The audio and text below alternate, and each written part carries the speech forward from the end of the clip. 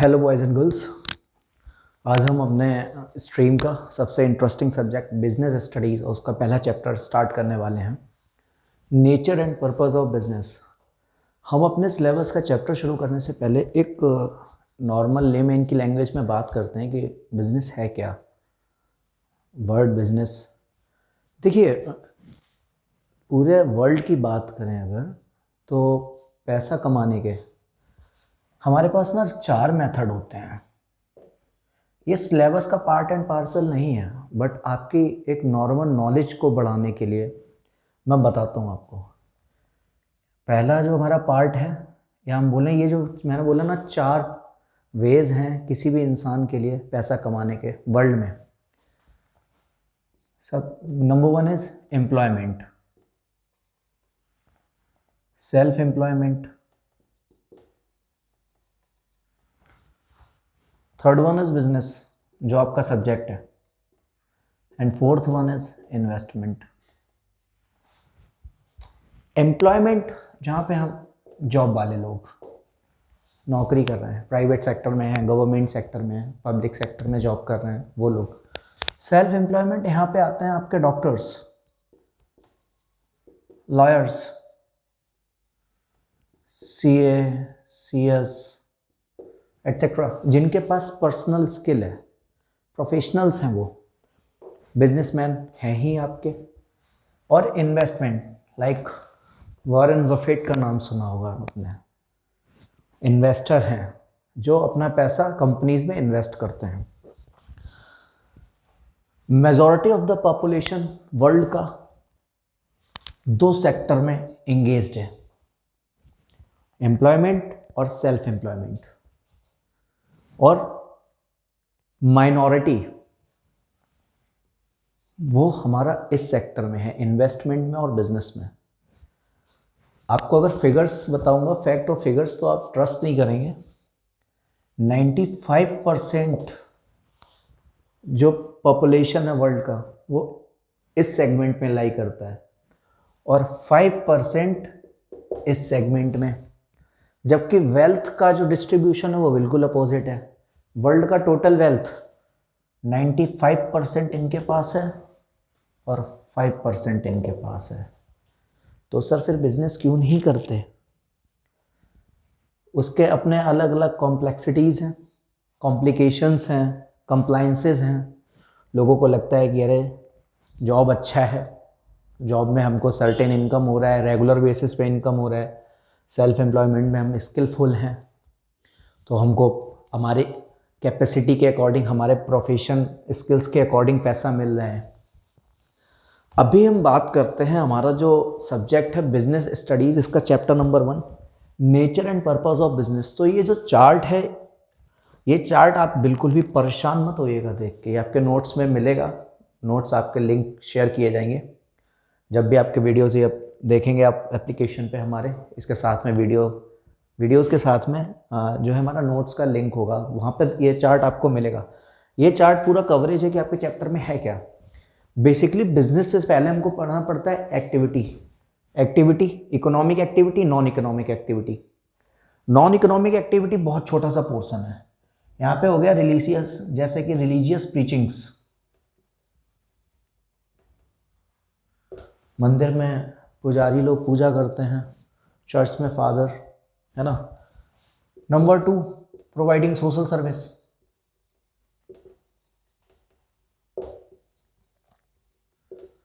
तो सर ये तो छोटा सा पोर्शन है, हमको टाइम देना है हमारे इस पोर्शन पे, इकोनॉमिक एक्टिविटीज के। लेमैन की लैंग्वेज में बात करें तो ऐसी कोई एक्टिविटी जो परचेज एंड सेल को इन्वॉल्व करती है अपने अंदर एक प्रॉफिट मोटिव के लिए, वो होती है हमारी इकोनॉमिक एक्टिविटी। इकोनॉमिक एक्टिविटी को फर्दर डिवाइड किया है, मैं अभी सिर्फ समराइज कर रहा हूँ पूरा चैप्टर, आपको हर चीज़ डिटेल में पढ़ाना है। इसके बाद शुरू करता हूँ। Economic activity 3 classification, business, employment, profession, ठीक है। बिजनेस को हमने फिर से क्लासिफिकेशन किया इंडस्ट्री और कॉमर्स में।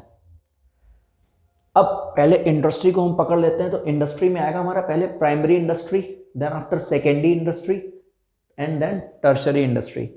प्राइमरी इंडस्ट्रीज वो इंडस्ट्रीज जो सबसे पहले चीज़ों को रॉ मटेरियल को लेकर के आते हैं, procurement of raw material. Primary industry को हमने डिवाइड किया further, extractive, genetic. Extractive industries, इनका नाम ही है, एक्सट्रैक्ट कर रहे हैं, नेचुरल रिसोर्सेज से कोई चीज़ एक्सट्रैक्ट कर रहे हैं। जेनेटिक में हम लोग क्या करते हैं, वेजिटेबल्स हैं, एनिमल्स हैं, इनके ब्रीड्स को पाइल अप करते हैं, उनसे प्रोडक्शन लेकर के आते हैं। सेकेंडरी इंडस्ट्रीज जो है हमारी, वो जो रॉ मटेरियल प्राइमरी इंडस्ट्री से प्रोक्योर किया गया उनको प्रोसेस अप करके फिनिश्ड प्रोडक्ट्स बनाते हैं। तो सर टर्सरी इंडस्ट्रीज क्या है? टर्सरी इंडस्ट्री होती है हमारी सर्विस इंडस्ट्री, जो प्राइमरी और सेकेंडरी इंडस्ट्रीज के लिए ब्रिज तैयार करती है कि ये काम कैसे करेंगे। ये हमारी सर्विस इंडस्ट्री भी बोली जाती है, इसलिए मैंने इसको लिखा भी है, service industry. Then after business का जो पहला पार्ट था इंडस्ट्री, उसके बाद दूसरा पार्ट है हमारा कॉमर्स। कॉमर्स को फर्दर डिवाइड किया गया ट्रेड में और ऑक्सिलरीज टू ट्रेड। ट्रेड, अब हम कॉमर्स को पकड़ के चल रहे हैं, अभी तक हमने इंडस्ट्री को पकड़ा और हमने बिजनेस को क्लासिफिकेशन किया इसका। जब ट्रेड में बात करोगे आप तो इंटरनल ट्रेड, एक्सटर्नल ट्रेड, यानी कि होम ट्रेड और फॉरेन ट्रेड। होम ट्रेड में बात करोगे तो आप लोकल ट्रेड, आप किसी एक सिटी में डील कर रहे हो। देन आफ्टर स्टेट ट्रेड, आप एक सिटी से दूसरे सिटी में डील कर रहे हो लेकिन एक ही डिस्ट्रिक्ट में, सॉरी एक ही स्टेट में। नेशनल लेवल, जब आप दो स्टेट्स के अलग अलग डीलअप कर रहे हो, हरियाणा का डीलर उत्तर प्रदेश के डीलर के साथ बिजनेस कर रहा है, then it is called national trade. After that external और फॉरेन ट्रेड। एक्सटर्नल और फॉरेन ट्रेड में जब एक कंट्री से चीज़ें सेल परचेज होने लगती हैं दूसरे कंट्री में, जैसे कि हमारा एक्सपोर्ट, इंपोर्ट और इंटरपोर्ट। एक्सपोर्ट मीन्स जब हमारे गुड्स एंड सर्विसेज को कोई फॉरेन कंट्री वाला खरीदता है, मतलब हम सेल करते हैं। इंपोर्ट में हम परचेज करते हैं। इंटरपोर्ट में हम पहले परचेज करते हैं, उसके बाद किसी और कंट्री को सेल करते हैं, लेकिन हम जिसको सेल करते हैं उससे परचेज नहीं करते। एग्जाम्पल के लिए बताता हूँ, इंग्लैंड ने चाइना से कोई प्रोडक्ट खरीदा और फिर उसको यूरोपियन कंट्रीज में सेल कर दिया, तो इंटरपोर्ट। तो जब ट्रेड को पढ़ लिया, अब ऑक्सिलरीज टू ट्रेड। ऑक्सिलरीज का सिंपल मीनिंग होता है असिस्टेंस और हेल्प। तो ये जो ट्रेड है हमारा, ट्रेड को हेल्प कौन कर रहा है? ट्रेड को हेल्प करते हैं हमारे ट्रांसपोर्ट एंड कम्युनिकेशन, रेलवेज है हमारा, रोड ट्रांसपोर्ट है, वाटर ट्रांसपोर्ट है, एयरवेज है, इंश्योरेंस।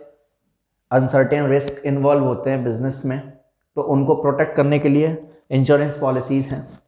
बैंकिंग, फाइनेंस के बिना कोई भी बिजनेस एज्यूम भी नहीं किया जा सकता। We can't even imagine a business without finance. Warehousing, सारा का सारा जितना आप प्रोडक्शन करते हो, क्या सारा का सारा सेल आउट हो जाता है एट ए टाइम? नहीं होता है सर। तो उसको स्टोर करने के लिए एक गोडाउन्स चाहिए होते हैं, उनको कहते हैं वेयर हाउसिंग। एडवर्टाइजिंग, पब्लिक को बताना प्रोडक्ट के बारे में, to know the general public about the product, what you are manufacturing, what are the specifications of your product, that's the objective of advertising. Middle man, manufacturer से product लेकर के और ultimate customer के हाथ तक पहुंचाना, ये काम होता है मिडिल मैन का, जिसमें आपके होलसेलर्स होते हैं, रिटेलर्स होते हैं। चैनलाइजेशन ऑफ डिस्ट्रीब्यूशन बोलते हैं इसको हम।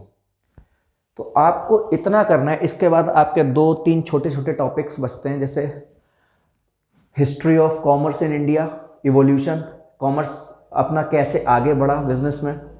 Then after nature of business risk, और जब हम कोई बिजनेस स्टार्ट करते हैं तो हमको कौन से फैक्टर्स ध्यान में रखने होते हैं। अब हम शुरू करते हैं अपना चैप्टर। सारे के सारे टॉपिक्स को डिटेल में बताना है, सारे के सारे टॉपिक्स को डिटेल में बताना, और इसके साथ साथ मैंने आपके सारे नोट्स बना दिए हैं। आपके लेक्चर में मैं जितना पढ़ाऊँगा, लेक्चर को देखिए, और लेक्चर के नोट्स आपके वीडियो के साथ लिंक में होंगे, उनको आप डाउनलोड कर सकते हो। तो शुरू करते हैं। सबसे पहले कॉन्सेप्ट ऑफ बिजनेस शुरू करने से पहले मैं आपको एक चीज़ बता दूं कि मैंने लिखा था इकोनॉमिक एक्टिविटी। तो इकोनॉमिक एक्टिविटी क्या है? हम कोई भी चीज़ परचेज करके लाते हैं। फॉर एग्जांपल ले लेते हैं, होली आ रही है, हम लोग कपड़े खरीदते हैं, अपने लिए शूज़ लेते हैं, है ना, लेडीज़ कॉस्मेटिक्स लेते हैं। अपनी अपनी ज़रूरत की चीज़ें खरीदते हैं हम लोग, हमारे पास से पैसा जाता है, हम चीज़ें लेकर के आते हैं। जो शॉपकीपर्स होते हैं जिनके पास से हम चीज़ें लेकर के आ रहे हैं, या गोडाउन से हम कपड़े खरीद रहे हैं, शोरूम से लेकर के आ रहे हैं, तो उनके लिए पैसे का इनफ्लो आउटफ्लो हो रहा है बराबर। तो वो सारी एक्टिविटीज़ जिसमें हम परचेज और सेल इन्वॉल्व करते हैं, किसके लिए? प्रॉफिट मोटिव के लिए, वो कहलाती है हमारी economic activity. Any activity which is performed और undertaken with the objective of earning money is called economic activity. तो ऐसा कोई भी काम जो हम करते हैं किसके लिए? प्रॉफिट अर्न करने के लिए, वो होता है हमारा इकोनॉमिक एक्टिविटी। ह्यूमन एक्टिविटी को हम लोग जो काम करते हैं, activities are perform by the humans, and the human activities are further classified into two categories. Number 1 is human आपका economic activity, and number 2 is non economic activity. Economic activities वो सारी एक्टिविटीज जो प्रॉफिट अर्न करने के लिए की जाए, उनको ही डिवाइड किया है बिजनेस, एम्प्लॉयमेंट और प्रोफेशन में। तो शुरू करते हैं कॉन्सेप्ट ऑफ बिजनेस। जब भी आप डेफिनेशन स्टार्ट करेंगे तो आपका डेफिनेशन कुछ यूँ स्टार्ट होगा, business refers to an economic activity. Sir economic activity से शुरू क्यों हो रहा है? अरे बच्चा लोग, बिजनेस किया ही जा रहा है प्रॉफिट अर्न करने के लिए। वहाँ पे परचेज और sale of goods and services है, प्रॉफिट को मोटिव बनाते हुए चलना है हमको। तो business refers to an economic activity which is taken on regular basis. ऐसा नहीं है कि काम आज कर लिया कल नहीं करोगे। प्रोविजन शॉप्स होती हैं जहाँ पे हम डेली यूज़ की चीज़ें खरीदते हैं, लाइक दूध, अपना मिल्क प्रोडक्ट्स हैं, चॉकलेट्स हैं, शुगर है, टी है, कॉफ़ीज़ हैं। क्या शॉप्स एक दिन खुलते हैं? नहीं जी, डेली खुलते हैं। इंसान एक दिन चाय नहीं पीता। इस समय सर्दियाँ पड़ रही हैं तो आप चाय रेगुलर कंज्यूम करोगे, आपको मिल्क डेली चाहिए होगा, बटर चाहिए होगा। तो इकोनॉमिक एक्टिविटी है बिजनेस, रेगुलर बेसिस पे किया जा रहा है। क्या इन्वॉल्व कर रहा है? To earn the profit. Profit earn करना है थ्रू द, अच्छा प्रॉफिट अर्न करना है कैसे? Production of sales of goods and services. तो production of goods and selling of those goods, ठीक है। तो अभी कॉन्सेप्ट ऑफ बिजनेस अगर हम पढ़ें डेफिनेशन में, आपके नोट्स में मैंने सिंपल लैंग्वेज में लिखा है तो कुछ यूँ होगा, business refers to an economic activity which is undertaken on regular basis to earn profit through the production and sale of goods and services. तो चीज़ें पहले तो प्रोड्यूस होती हैं, मैन्युफैक्चरर प्रोड्यूस करता है, उसके बाद वो चीज़ें हमारे अल्टीमेट कंजम्पशन के लिए अवेलेबल कराई जाती हैं। इस तरीके से जो चीज़ मैन्युफैक्चरर ने प्रोड्यूस की वो चैनलाइज होके आती है रिटेल होलसेलर्स के पास। होलसेलर्स होते हैं हमारे स्टॉक होल्डर्स। किसी भी एक चीज़ का पर्टिकुलर स्टॉक होल्डर बोला जाता है होलसेलर। वो मैन्युफैक्चरर से चीज़ें बहुत ज़्यादा क्वांटिटी में खरीदता है और उनको स्टॉक अप करता है। देन आफ्टर क्या करता है, वो रिटेलर्स को वो चीज़ें सेल अप करता है। रिटेलर्स लेकर के आते हैं, शॉप्स पे रखते हैं और वो वहाँ से अपनी शॉप के थ्रू अल्टीमेट कंजम्पशन के लिए हम लोगों को वो सारे प्रोडक्ट्स सेल आउट करते हैं। तो ये हुआ हमारा बिजनेस। ठीक है सर, बिजनेस है तो इसके कुछ कैरेक्टरिस्टिक्स होंगे, कुछ फीचर्स होंगे, कुछ एट्रीब्यूट्स होंगे, कुछ एलिमेंट्स होंगे। हाँ जी बिल्कुल हैं। तो अब बिजनेस को डिफाइन किया, business is an economic activity that is conducted on regular basis through production of goods and services and making them sell to earn the profit. अब बात करते हैं कैरेक्टरिस्टिक ऑफ बिजनेस। तो पहला कैरेक्टरिस्टिक तो इसके डेफिनेशन में ही निकल के आया, कौन सा? Business is an economic activity. अब बिजनेस इकोनॉमिक एक्टिविटी है क्यों? इकोनॉमिक एक्टिविटी को जब मैंने चैप्टर शुरू करने से पहले आपको बताया कि वो एक्टिविटी जो कंडक्ट की जाती है किसके लिए? जो कंडक्ट की जाती है प्रॉफिट मोटिव के लिए। उसमें गुड्स का प्रोडक्शन हो सकता है, परचेज और सेल हो सकता है गुड्स एंड सर्विसेज का, और ऑब्जेक्टिव होता है सिर्फ उसका प्रॉफिट अर्न करना। किसी भी बिजनेस का जो बोला जाए प्राइमरी ऑब्जेक्टिव होता है वो होता है profit, then after survival. Okay, अब तो पहला कैरेक्टरिस्टिक है आपका an economic activity. Economic activity होती क्यों है? देखिए, जब हम कोई बिजनेस टेकअप करते हैं, हमने कोई प्लान किया कि चलो ऐसा करते हैं सर, शूज़ का शॉप डालते हैं, एक शोरूम बनाते हैं फुटवेयर, हम वहाँ पे स्लीपर्स, सैंडल्स, आपका शूज़, ये चीज़ें प्रोवाइड कराएंगे। हमने अपना बिज़नेस ओपन अप करते किया, बिज़नेस ओपन अप किया, हमारा रेवेन्यू जनरेट होने लगा।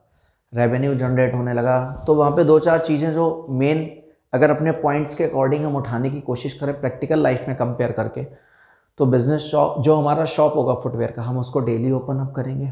हमको स्टाफ चाहिए होगा, हमको इलेक्ट्रिसिटी चाहिए होगा, है ना। हमको उसके अलावा एक रेगुलर टाइमिंग पे शॉप को ओपन और क्लोज़ करना होगा। तो रेगुलर बेसिस पे इकोनॉमिक एक्टिविटी कैरी आउट होगी, रेगुलर बेसिस पे आप ट्रांजेक्शन्स में डील अप करोगे, है ना। रेगुलर बिजनेस में आप जब डील अप करोगे और रेगुलर ट्रांजेक्शन अकर होंगे आपके रिकरिंग बेसिस पे अगेन एंड अगेन, तभी तो आप जनरेट कर पाओगे रेवेन्यू। और जब रेवेन्यू जनरेट करोगे तभी आपको पता चलेगा कि आपका बिजनेस अपवर्ड डायरेक्शन में जा रहा है या डाउन डायरेक्शन में जा रहा है।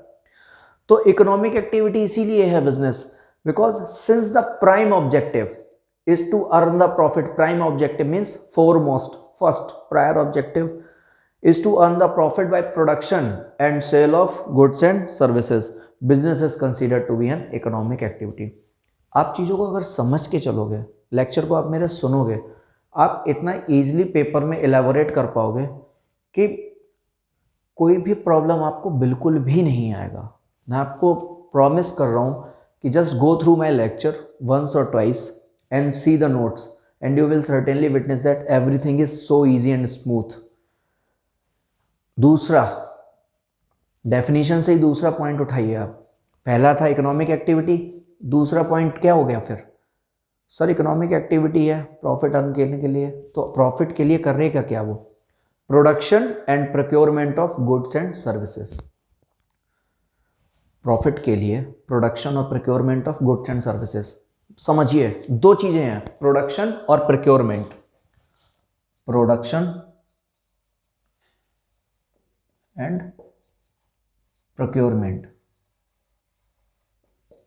लिसन, प्रोडक्शन, हम जब प्रोविजनल शॉप से मिल्क पैकेट्स लेके आते हैं, अमूल का मिल्क लेके आते हैं आधा हाफ के जी का, 500 ग्राम का, क्या वो प्रोविजन शॉप वाला ही मैन्युफैक्चर करता है? नहीं करता है। वो मैन्युफैक्चर हो रहा है अमूल की फैक्ट्री में, बट चैनल्स के थ्रू आ रहा है रिटेलर्स के पास, जहां से कस्टमर्स उसको अपने कंजम्पशन के लिए खरीद रहे हैं। प्रोडक्शन होता है कहीं और, प्रोक्योरमेंट का मीन्स होता है कि जो प्रोड्यूस्ड आर्टिकल है उसको किसी ने अपने पास टेकअप किया है, टेकअप किया है स्टॉक के रूप में, जिससे वो उस आर्टिकल को आगे भी जा करके लोगों तक पहुंचा सके। अगर मिल्क प्रोडक्शन ही नहीं होगा तो हमारे पास अवेलेबिलिटी ऑफ स्टॉक नहीं होगा ना मिल्क पैकेट्स का, फिर हम कस्टमर्स को कुछ नहीं दे सकते। तो पहले वो प्रोडक्शन होता है, then after procurement, holding of the stock of that particular product that is being produced by the manufacturing department. तो वही कह रहा है कि for providing goods and services to the customers, first of all that goods and services to be produced. जब आपको कोई goods and services customers को प्रोवाइड कराना है तो उससे पहले आपको वो सारे गुड्स एंड सर्विसेज प्रोडक्शन में लाने हैं, उनको अवेलेबल तो कराइए जनरल पब्लिक के लिए। जब आपके पास प्रोडक्शन ही नहीं है तो आप कहाँ से अवेलेबल करा पाओगे? तो पहले तो आपको वो जनरेशन करना है ना प्रोडक्शन का, then after made them available for the general public so that they can use them for their satisfaction. तो अभी आपके नोट्स में मैंने सिंप्लीफाइड लैंग्वेज में क्या लिखा है जरा पढ़ के बताता हूं आपको।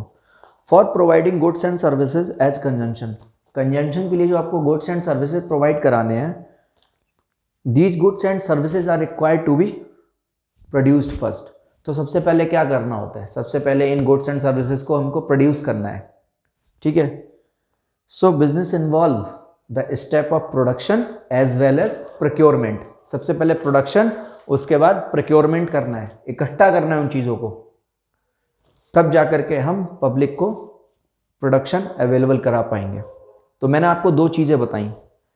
पहले, business is an economic activity since it deals with the profit making process by purchase and sale of goods and services. Second point is production and procurement of goods and services.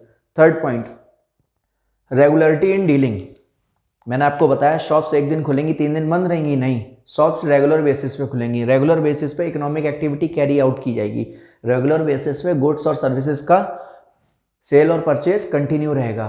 तभी तो वो एक ideation ले पाएगा कि उसका business upward जा रहा है या डाउनवर्ड जा रहा है, वो प्रॉफिट मेकिंग ऑर्गेनाइजेशन है या लॉस इनकरिंग मेकर ऑर्गेनाइजेशन है। तो चलिए पढ़ लेते हैं एक बार नोट्स की language. Business is an economic activity that is perform on regular basis for earning the profit. Economic activity is performed consistently. Consistently means on regular basis. Any activity which is not performed on regular basis will not fall under business category. ये एक चीज़ बोल रहा है कि अगर कोई economic activity regular basis पे carry out नहीं की गई है तो वो इकोनॉमिक एक्टिविटी नहीं मानी जाएगी। एग्जाम्पल, हमारे पापा के पास क्या था, एक पुराना स्कूटर था बजाज चेतक। तो स्कूटर उनको बहुत परेशान करता था, बार बार रिपेयरर के पास लेके जाना पड़ता था, हर बार उसमें कुछ ना कुछ कॉस्ट इनकर हो जाती थी। तो पापा ने बोला चलो ऐसा करते हैं, इसको बेचते हैं और एक बाइक ले लेते हैं। तो पापा ने वो स्कूटर को क्या किया, सेल कर दिया 15,000 में। क्या ये इकोनॉमिक एक्टिविटी है? क्या ये बिजनेस का पार्ट एंड पार्सल है? नहीं। क्या पापा डेली स्कूटर को सेल कर रहे हैं? नहीं। लेकिन ऑन द अदर एंड अगर बजाज चेतक का कंपनी, बजाज चेतक का शोरूम बजाज चेतक को बेच रहा है, स्कूटर सेल कर रहा है जनरल पब्लिक को, तो क्या वो है बिजनेस? बिल्कुल वो है, क्योंकि उनका रेगुलर काम ही क्या है, स्कूटर और स्कूटीज को सेल करना। तो उनके पार्ट एंड पार्सल पे वो बिजनेस है। लेकिन एक आम इंसान अगर अपना कोई एसेट बेच रहा है, स्कूटर बेच रहा है, बाइक बेच रहा है, मोटर कार बेच रहा है और दूसरी चीज़ खरीद रहा है, तो उसके पार्ट एंड पार्सल पे ये इकोनॉमिक एक्टिविटी या बिजनेस नहीं है, because it is not conducted on regular basis. Fourth one is profit motive. Every economic activity is conducted for earning the profit and profit is considered to be the prime objective of the business. तो profit motive है। Fifth one is, business में हमेशा एक चीज आती है, element of risk. मैंने बोला ना आपको 95% एम्प्लॉयमेंट और सेल्फ एम्प्लॉयमेंट में है, बट इन्वेस्टमेंट में और बिजनेस में सिर्फ 5% है। इन 5% के आने का सबसे बड़ा कारण ही क्या है, uncertainty of sustainable of business. Business का सर्वाइवल ही सबसे बड़ा अनसर्टेनिटी है। आप कोई बिजनेस कर रहे हो, क्या वो आज के रिवॉल्यूशनरी बिजनेस एरा में स्टैंड अप कर पाएगा?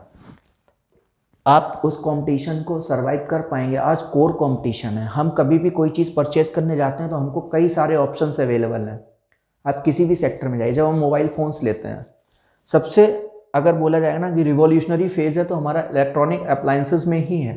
मोबाइल फ़ोन्स हम खरीदने जाते हैं तो हमारे पास कितने ब्रांड्स हैं, आईफोन, सैमसंग, है ना, Nokia, Realme, Oppo. There are so many varieties that you can scroll through and select the best choice for you as per your pocket money. आपके बजट के अकॉर्डिंग जितना आपको अलाउ कर रहा है, आप उसमें सबसे ज़्यादा कोशिश करोगे कि हमको ना पैसे का फुल वैल्यूएशन मिले, और हम क्या करें कि अपने पैसे से सबसे बेस्ट फ़ोन पिकअप करें। तो क्या है कि वाइड वैरायटी है, एलिमेंट ऑफ रिस्क है। अब एलिमेंट ऑफ रिस्क क्यों है? Business should not be considered as bed of roses.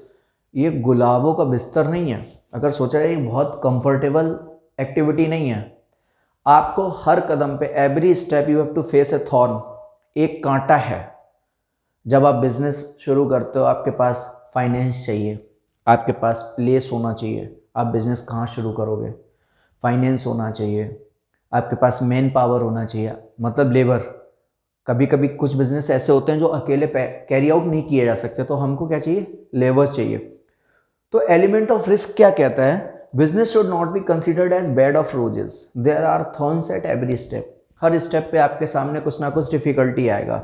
It means there are problems, वहाँ पर प्रॉब्लम्स है। अनसर्टेनिटी का प्रॉब्लम है, रिस्क का प्रॉब्लम है, गवर्नमेंट पॉलिसीज़ का प्रॉब्लम है। आजकल जब आप बिजनेस करते हो, इवन मोदी गवर्नमेंट कोशिश कर रहा है कि सिंप्लीफाइड कर दे प्रोफार्मा बिजनेस कंडक्ट करने का, लेकिन फिर भी बहुत सारे ऐसे कॉम्प्लाइंसेज हैं जो एक ऑर्डिनरी इंसान नहीं कर सकता।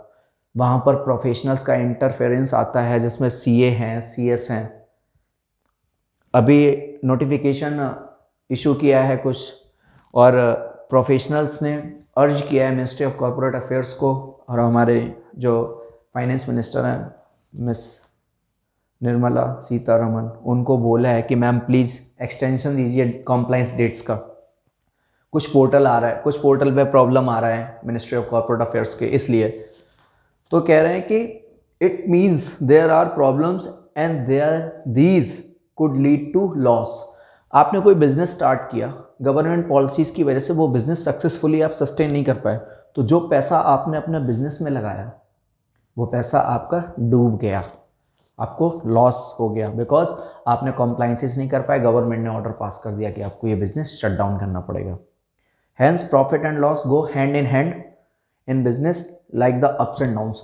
तो प्रॉफिट एंड लॉस एक क्वाइन की तरह दो पहलू हैं, टू एस्पेक्ट्स ऑफ बिजनेस हैं, या तो बिजनेस लॉस मेकिंग होगा या प्रॉफिट अर्निंग होगा। दोनों केसेस क्या हैं, आपके सिनेरियोस पे डिपेंड करते हैं, आपके क्वांटम ऑफ ट्रांजैक्शंस पे डिपेंड करते हैं, जिस तरीके से आप अपने ट्रांजैक्शंस को कैरी आउट कर रहे हो। मैं आज आपका पहला इंट्रोडक्शन वीडियोस था, कवरेज था आपके पूरे चैप्टर का। देन आफ्टर मैंने आज सिर्फ आपको बिजनेस बताया। Business is an economic activity that is conducted on regular basis to earn profit and loss for the production and sale of goods and services. इसके बाद मैंने आपको कैरेक्टरिस्टिक्स बताया कि इकोनॉमिक एक्टिविटी है, नंबर 2 पे production and procurement of goods and services है, conducted on regular basis है, एलिमेंट ऑफ रिस्क है, प्रॉफिट मोटिव है and consumer satisfaction. Consumer satisfaction क्यों इंपॉर्टेंट है? In now days current scenario में customer is considered to be the ultimate king. अगर customer आपको response नहीं देगा, आप किसी भी बिजनेस को सक्सेसफुली कंडक्ट नहीं कर सकते। तो customer satisfaction along with profit motive are considered to be the most core objectives for business. तो आज के वीडियो लेक्चर को हम इतना ही रखते हैं। कल जब हम शुरू करेंगे तो हम इकोनॉमिक एक्टिविटी का दूसरा पार्ट शुरू करेंगे, जो है हमारा profession. Okay, thank you, have a good day. अगर आपको कोई भी प्रॉब्लम हो तो आप कमेंट बॉक्स में हमको भेजें, हम उसको सॉल्व करेंगे। इसके नोट्स का लिंक जो है आपको वीडियो के साथ मिलेगा, आप वहाँ से नोट्स डाउनलोड कर सकते हैं और अपने नोट्स अच्छे से स्क्रॉल थ्रू कीजिए। कोशिश मैंने की है कि सारा कवरेज एनसीईआरटी के साथ साथ आपकी जो रिफ्रेशर बुक्स आप पढ़ते हो एक्स्ट्रा नॉलेज के लिए, उन दोनों को अच्छे से मिक्स किया है और अपनी सिंप्लीफाइड लैंग्वेज में आपको सारा का सारा डाटा दिया है। तो पढ़िए, आई होप आपको बहुत अच्छा लगेगा। कोई भी चीज़ छूटी नहीं है, और अगर आपको कोई फर्दर प्रॉब्लम आता है तो प्लीज़ आप हमें बताएं, हम उसको तुरंत सॉल्व करेंगे। Thank you.